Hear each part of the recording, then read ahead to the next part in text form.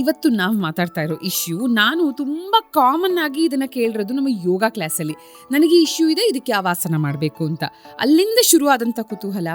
ಇದ್ರ ಬಗ್ಗೆ ಹೆಚ್ಚೆಚ್ಚು ಕೆದಕ್ತಾ ಗೊತ್ತಾಗಿದ್ದೇನೆಂದರೆ, ಈ ಸ್ಕ್ರೀನ್ ಜನರೇಷನಲ್ಲಿ ಆ್ಯಕ್ಚುಲಿ ಯಂಗ್ಸ್ಟರ್ಸಲ್ಲಿ ತುಂಬ ಬೇಗ ಆ್ಯಂಡ್ ತುಂಬ ಹೆಚ್ಚು ಕಾಣಿಸ್ಕೊಳ್ತಾ ಇದೆ ಅಂತ.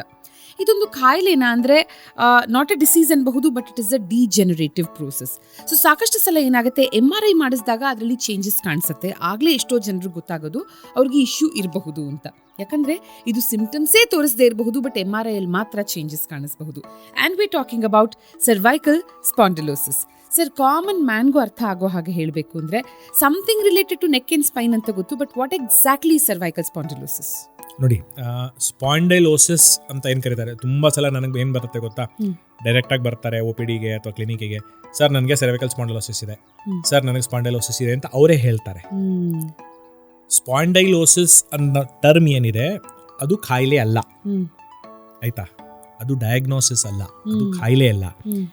It is a radiological finding, ಆಯ್ತಾ? ನಾವು ಎಕ್ಸ್ರೇ ಆಗಲಿ, CT ಆಗಲಿ, MRIಯಲ್ಲಿ ಆಗಿ ಸ್ಪೈನ್ನ ಯಾವ ರೀತಿ ಏನು ಚೇಂಜ್ ಇದೆ ಅಂತ ನೋಡೋದಕ್ಕೆ ನಾವು ಸ್ಪಾಂಡೈಲಾಟಿಕ್ ಚೇಂಜಸ್ ಅಥವಾ ಅರ್ಲಿ ಸ್ಪಾಂಡೈಲೋಸಿಸ್ ಅಂತ ಕರಿತೀವಿ, ಆಯ್ತಾ? It is a radiological finding, ಕಾಯಿಲೆ ಅಲ್ಲ. ಏನು ಸ್ಪಾಂಡೈಲೋಸಿಸ್ ಅಂತಂದ್ರೆ ಸಿಂಪಲ್ ಟರ್ಮ್ಸ್ ಅಲ್ಲಿ ಅಂತಂದ್ರೆ degeneration of the spine, wear and tear of the spine ಆಗಿ ಕೆಲವೊಂದಷ್ಟು ಚೇಂಜಸ್ ಕಾಣಿಸ್ಕೊಳ್ಳುತ್ತೆ ಸ್ಪೈನ್ ಅಲ್ಲಿ. ಅಂದ್ರೆ ಈಗ ಸ್ಪೈನಿಗೆ ವೇರ್ ಅಂಡ್ ಟೇರ್ ಆದಾಗ ದೇಹ ಅದಕ್ಕೆ ಒಂದು ಸ್ವಲ್ಪ ಪ್ರತಿಕ್ರಿಯೆ ಕೊಡುತ್ತೆ.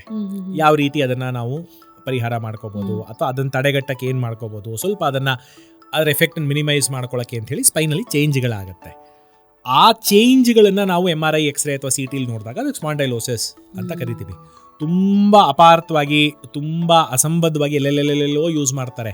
ನನಗೆ ಸ್ಪಾಂಡೈಲೋಸಿಸ್ ಇದೆ, ನನಗೆ ಸರ್ಟಿಫಿಕೇಟ್ ಕೊಡಿ, work from home hockey.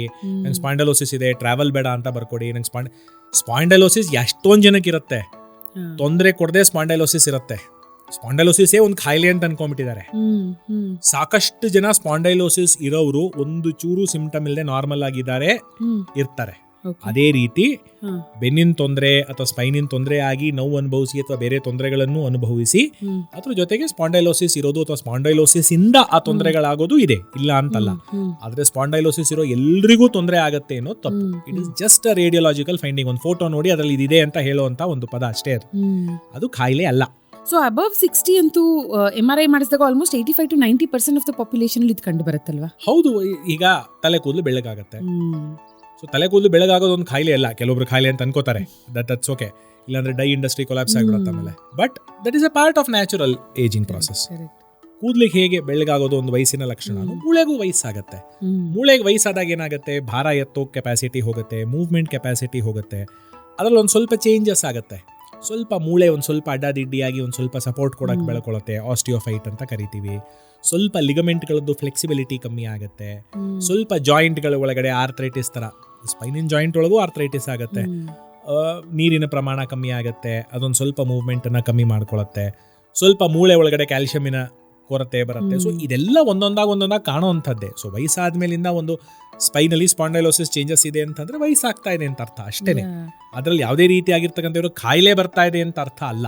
But ಈ ಹೆಸರು ಹೇಗೆ ಬಂತು ಅಂತ ನೋಡಿದಾಗ sir, it's a combination of Greek and modern medical terminology. So osis is a condition and spondylos ಅಂದ್ರೆ ವರ್ಟಿಬ್ರಾ ಅಲ್ವಾ? ಅಲ್ಲ, ಸ್ಪಾಂಡಲೋಸ್ ಅಂತಂದ್ರೆ it could be a vertebra or it could even be a joint. Okay. As simple as that. It could be a vertebral joint. In cervical ಅಂದ್ರೆ neck. Cervical ಅಂದ್ರೆ neck. Lumbar ಅಲ್ಲೂ ಸ್ಪಾಂಡೈಲೋಸಿಸ್ ಆಗುತ್ತೆ, dorsal ಅಲ್ಲೂ ಸ್ಪಾಂಡೈಲೋಸಿಸ್ ಆಗುತ್ತೆ. ಅಲ್ಲಿ ಸಾಕಷ್ಟು similar terms ಇದೆ. For example ಸ್ಪಾಂಡೈಲೋಸಿಸ್ ಅಂದ್ರೆ ಡಿಜೆನರೇಟಿವ್ ಚೇಂಜಸ್, ಸ್ಪಾಂಡೈಲಾಟಿಕ್ ಚೇಂಜಸ್ ಅಂತ ಕರಿತೀವಿ. ಸ್ಪಾಂಡೈಲೋಸಿಸ್ ಆರ್ ಸ್ಪಾಂಡೈಲಾಟಿಕ್ ಚೇಂಜಸ್, ಸ್ಪಾಂಡೈಲೋಲಿಸ್ಥೆಸಿಸ್ ಅಂತ ಕರಿತೀವಿ. ಒಂದು ಮೂಳೆ ಇನ್ನೊಂದು ಮೂಳೆ ಮೇಲೆ ಜಾರ್ತಾ ಇತ್ತು ಅಂತಂದ್ರೆ, ಸೊ ದಟ್ ಇಸ್ ಕಾಲ್ಡ್ ಸ್ಪಾಂಡೈಲೋಲಿಸ್ಥೆಸಿಸ್. ಸ್ಪಾಂಡೈಲೋಡಿಸ್ಕೈಟಿಸ್ ಅಂತೀವಿ. ಇನ್ಫೆಕ್ಷನ್ ಆಗಿತ್ತು ಅಂದ್ರೆ ಸ್ಪಾಂಡೈಲೋಡಿಸ್ಕೈಟಿಸ್ ಅಥವಾ ಸ್ಪಾಂಡೈಲೋಸಿಸ್ per se is inflammation of the particular bone or the joint. So lot of interrelated terms, but predominantly related to the spine and predominantly related to the joints of the spine. And ಇತ್ತೀಚಿನ ದಿನಗಳಲ್ಲಿ younger generation ಇದು ಹೆಚ್ಚು ಕಾಣಿಸ್ಕೊತಿದ್ಯಾ, ನೀವು ನೋಡ್ತಿದ್ದೀರಾ? Bad life style, poor posture, poor work habits, food quality ಇಲ್ಲ, exercise ಇಲ್ಲ. Lot of spondylosis is related to life style. So life ಸ್ಟೈಲಿಂದ ದುಷ್ಪರಿಣಾಮದಿಂದ, ಲೈಫ್ ಸ್ಟೈಲಿಂದ ತೊಂದರೆಯಿಂದ, ಸರಿಯಾಗಿ ಸ್ಟ್ರೀಮ್ಲೈನ್ ಆಗಿರೋ ಎಕ್ಸಸೈಸ್ ಮಾಡದೇ ಇರೋದ್ರಿಂದ spondylosis of course has become early. We are ageing early. ನಮ್ಮ ಒಂದು ಜೀವನ ಶೈಲಿಯ ದುಷ್ಪರಿಣಾಮದಿಂದಾನೇ ಆಗ್ತಾ ಇರೋದು. ಸೊ ಇದಕ್ಕೊಂದು ಟೆಕ್ಸ್ಟ್ ನೆಕ್ ಅಂತ ಏನು ಕರೀತಾರೆ, ಇದು ಕಾರಣ ಇರಬಹುದಾ? ಅಂದರೆ ಫಾರ್ವರ್ಡ್ ಹೆಡ್ ಪೋಸ್ಚರ್, ಮೊಬೈಲ್ ನೋಡುವಾಗ ನಾವು ಹೀಗೆ ಏನು ತಲೆ ಬಗ್ಗಿಸ್ತೀವಿ, ನಮ್ಮ ನೆಕ್ ಇದರ ತೂಕ ಹೆಚ್ಚು ಮುಂದೆ ನಾವು ಬಗ್ಗಿದಾಗ ಇನ್ಫ್ಯಾಕ್ಟ್ ಅದು ಪ್ರೆಷರ್ನ ಇನ್ಕ್ರೀಸ್ ಮಾಡುತ್ತೆ. ಆಲ್ಮೋಸ್ಟ್ ಒಂದು 5 ಕಿಲೋಸ್ನ ನಮ್ಮ head weight, I think it becomes 20 kilos. ಒಂದು ಉದಾಹರಣೆ ಕೊಡ್ತೀನಿ. 1 ಲೀಟ್ರ್ ನೀರಿನ ಬಾಟ್ಲು ಎಷ್ಟು kg ಇರುತ್ತೆ? 1 ಲೀಟರ್ ವಾಟರ್ ಬಾಟ್ಲ್ 5 ನಿಮಿಷ ಕೈಲಿ ಹಿಡ್ಕೊಳ್ಳಿ ಅಂತ ಹೇಳ್ತೀನಿ, ಆರಾಮಾಗಿ ಹಿಡ್ಕೋತೀರಾ, ತೊಂದರೆ ಇಲ್ಲ. 10 ನಿಮಿಷ ಹಿಡ್ಕೊಳ್ಳಿ, ಚೂರು ಕೈ ಡಿಸ್ಕಂಫರ್ಟ್ ಆಗತ್ತೆ. ಅರ್ಧ ಗಂಟೆ ಹಿಡ್ಕೊಂಡು ನಿಂತಿರಿ ಅಂತಂದ್ರೆ ಕೈ ನೋವು ಬಂದೇ ಬರುತ್ತೆ. ಕೇವಲ ಕೈಯಲ್ಲಿ 1 kg ಭಾರ ಹಿಡ್ಕೊಳ್ಳೋಕ್ಕೆ ನಿಮ್ಗೆ ಆಗ್ತಾ ಇರೋ ಡಿಸ್ಕಂಫರ್ಟು. ತಲೆ ಭಾರ ಕನಿಷ್ಠ ಪಕ್ಷ 5 kg, ಇಡೀ ತಲೆ ಭಾರ ಕತ್ತ ಮೇಲೆ ಬೀಳುತ್ತೆ. ಸೊ ನೀವು ಮುಂದೆ ಬಗ್ತಾ ಇದ್ದಂಗೆ ಇದು ಕತ್ತ ಮೇಲೆ ಹಾಕೋ ಭಾರ ಜಾಸ್ತಿ ಆಗ್ತಾ ಹೋಗುತ್ತೆ. ನೀವು 20 ಡಿಗ್ರಿ ಬಗ್ಗಿದ್ರೆ 5 kg ಅನ್ನೋದು 20 kg ಆಗತ್ತೆ. ನೀವು 40-50 ಡಿಗ್ರಿ ಮುಂದೆ ಬಗ್ಗಿತ್ತು ಅಂತಂದ್ರೆ ಅದ್ರ ಮೇಲೆ ಬೀಳೋ ಭಾರ 40 kg ಅಷ್ಟು, ಸ್ಟ್ರೆಸ್ 40 kg ಅಷ್ಟು ಹೋಗುತ್ತೆ. 5 kg ಭಾರ ಆಗಿದ್ರು ಬೀಳೋ ಸ್ಟ್ರೆಸ್ 40 kg ಹೋಗುತ್ತೆ. ಸೊ ನೀವು ಕಂಟಿನ್ಯೂಸ್ ಆಗಿ ಮುಂದೆ ಬಗ್ಗಿತ್ತು ಅಂದ್ರೆ ಕತ್ತ ಮೇಲೆ ಭಾರ ತುಂಬಾ ಜಾಸ್ತಿ ಬೀಳುತ್ತೆ. 40-50 kg ಅಷ್ಟು ಸ್ಟ್ರೆಸ್ಸು 3 ಗಂಟೆ ಕಾಲ, 4 ಗಂಟೆ ಕಾಲ, 5 ಗಂಟೆ ಕಾಲ ಬೀಳ್ತಾನೆ ಇರುತ್ತೆ. Over A period of time ಅದನ್ನ ತಡ್ಕೊಳ್ಳೋದಕ್ಕೆ ಅದು ಏನಾದ್ರು ಮಾಡಲೇಬೇಕು. ಇರೋ ಸ್ಥಿತಿನಲ್ಲಿ ತಡ್ಕೊಳಕ್ಕಾಗಲ್ಲ. ತಡ್ಕೋಬೇಕು ಅಂತಂದ್ರೆ ಅದರಲ್ಲಿ ಆಂತರಿಕವಾಗಿ ಏನಾದರೂ ಒಂದು ಸ್ವಲ್ಪ ಬದಲಾವಣೆ ಮಾಡಿಕೊಂಡು ತಡ್ಕೊಳ್ಳೋದಕ್ಕೆ ಅದು ತನ್ನ ಒಂದು ಪ್ರಯತ್ನ ಮಾಡಲೇಬೇಕು. So spondylosis changes appear. So ಜೀವನ ಶೈಲಿಯಿಂದ ಆಗುವಂಥ ದುಷ್ಪರಿಣಾಮದಿಂದ ಕತ್ ಮೇಲೆ ಬೀಳೋ ಅಬ್ನಾರ್ಮಲ್ ಭಾರದಿಂದ spondylosis changes is becoming early. ಅದನ್ನ ಟೆಕ್ನೆಕ್ ಅಂತ ಹೊಸದಾಗಿ ಕರೀತಾರೆ, ಬಟ್ ನಾಟ್ ಎಸೆನ್ಷಿಯಲಿ ಟೆಕ್. ಯಾವುದೇ ಬೇರೆ ಬಗ್ಗೋ ಕಾರಣದಿಂದ ಆಗಿರ್ಬೋದು, ಮುಂದೆ ತುಂಬ ಕತ್ತಿನ ಮೇಲೆ ಭಾರ ಹಾಕ್ತಾ ಇದೀವಿ ಅಂದಾಗ ಬಂದೇ ಬರುತ್ತೆ. ಕರೆಕ್ಟ್. ಬಟ್ ಹಿಂದಿನ ಕಾಲದಲ್ಲಿ ತುಂಬ ಹೆಚ್ಚು ಪುಸ್ತಕಗಳನ್ನ ಓದ್ತಾ ಇದ್ವಿ. ಇವಾಗ ಏನು ಟೆಕ್ಸ್ಟ್ ಮಾಡೋದಕ್ಕೋ ಫೋನ್ ನೋಡೋದಕ್ಕೋ ಕತ್ತನ್ನ ಹೀಗೆ ಬಗ್ಗಿಸ್ತೀವಿ. ಅವಾಗಲೂ ತುಂಬ ಓದ್ತಾ ಇದ್ವಿ. ಆ್ಯಂಡ್ ಸ್ಕೂಲ್ ಡೇಸಿಂದಲೂ ಮಕ್ಕಳು ಕತ್ತನ್ನ ಮುಂದೆ ಬಗ್ಸಿನೇ ಬರೆಯೋದು, ಓದೋದು ಇದೆಲ್ಲ ಮಾಡ್ತಾ ಇರ್ತಾರೆ. ಇದು ಕೂಡ can definitely be a reason ಅಥವಾ ಕಾಸ್ ಅಲ್ವಾ? ನಾವು ಏನು ನೋಡಲ್ಲ ಅಂತಂದರೆ, ನೀವು ಪುಸ್ತಕ ಓದ್ತೀರಾ, ಪುಸ್ತಕ ಓದ್ಬೇಕಾದ್ರೆ ಒಂದು ಒಳ್ಳೆ ಅಭ್ಯಾಸ ಏನು ಗೊತ್ತಾ? ಕರೆಕ್ಟಾಗಿ ಓದೋರಿತ್ತು ಅಂತಂದರೆ ಪುಸ್ತಕನ ಒಂದೂವರೆ ಗಂಟೆ ಕಾಲ ಕಂಟಿನ್ಯೂಸ್ ಆಗಿ ಓದ್ತೀರಾ. You take a break. Continuous ಆಗಿ 4 hours 6 hours ತುಂಬ ಅಪರೂಪ, unless the book is really interesting and you want to binge it. ಅದು ಒಂದು. ಎರಡನೇದು, ಪುಸ್ತಕ ಓದಬೇಕಾದ್ರೆ 15-20 ನಿಮಿಷಕ್ಕೆ ಪೊಸಿಷನ್ ಚೇಂಜ್ ಮಾಡ್ತೀವಿ.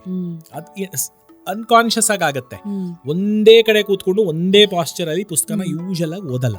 ಮಲಗಿ ಓದ್ತೀವಿ, ಅಥವಾ ಒಂದ್ಸಲ ಏನ್ ಮಾಡ್ತೀವಿ, ಒಂದ್ ಸ್ವಲ್ಪ ಕತ್ತನ ಈ ಕಡೆ ತಿರುಗಿಸ್ಕೋತೀವಿ, ಸ್ವಲ್ಪ ಪಿಲ್ಲೋ ಅಡ್ಜಸ್ಟ್ ಮಾಡ್ತೀವಿ, ಕೂತ್ ಓದ್ತೀವಿ. ನಡ್ಕೊಂಡು ಓದೋರಿದ್ದಾರೆ, ಅರ್ಧ ಮಲ್ಕೊಂಡು ಓದೋರಿದ್ದಾರೆ. ಸ್ವಲ್ಪ ಪೊಸಿಷನ್ ಚೇಂಜ್ ಮಾಡ್ತೀವಿ, ಸ್ವಲ್ಪ ಲೈಟಿಗೆ ಅಡ್ಜಸ್ಟ್ ಮಾಡ್ತೀವಿ, ಒಂದ್ ಕೈಲಿ ಹಿಡ್ಕೊಂತೀವಿ, ಇನ್ನೊಂದ್ ಕೈಲಿ ಹಿಡ್ಕೋತೀವಿ. Lot of minute position changes. ಅಂದ್ರೆ ಒಂದೇ ಸಮದ ಸ್ಟ್ರೆಸ್ಸು ಕಂಟಿನ್ಯೂಸ್ ಆಗಿ ಬೀಳ್ತಾ ಇಲ್ಲ. So duration is less. ಒಂದೇ ತರದ ಸ್ಟ್ರೆಸ್ಸು ಕಂಟಿನ್ಯೂಸ್ ಆಗಿ ಬೀಳ್ತಾ ಇಲ್ಲ, ಮೈನರ್ ಅಡ್ಜಸ್ಟ್ಮೆಂಟ್ಸ್ ಇರುತ್ತೆ. ಮೊಬೈಲಿನ ಪ್ರಾಬ್ಲಮ್ ಏನಂತಂದ್ರೆ, you are hooked to it.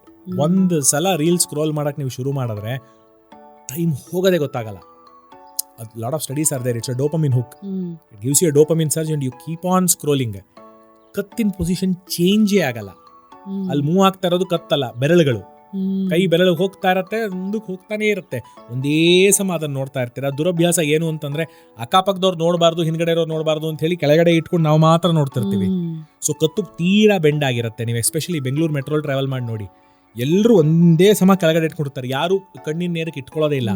ಪುಸ್ತಕ ಓದ್ಬೇಕಾದ್ರೆ ಏನು ಅಂತಂದ್ರೆ, ನೀವು ಮೊಬೈಲ್ ನೋಡೋ ಅಷ್ಟು ಕೆಳಗಡೆ ಬಗ್ಗದೇ ಇಲ್ಲ, ಸ್ವಲ್ಪ ಮೇಲೆ ಎತ್ತಿರ್ತೀರ. ಎರಡನೇದು, ಪುಸ್ತಕದ ರೀಡಿಂಗ್ ಸರ್ಫೇಸ್ ದೊಡ್ಡದು, ಮೊಬೈಲ್ದು ರೀಡಿಂಗ್ ಸರ್ಫೇಸ್ ಕಮ್ಮಿ.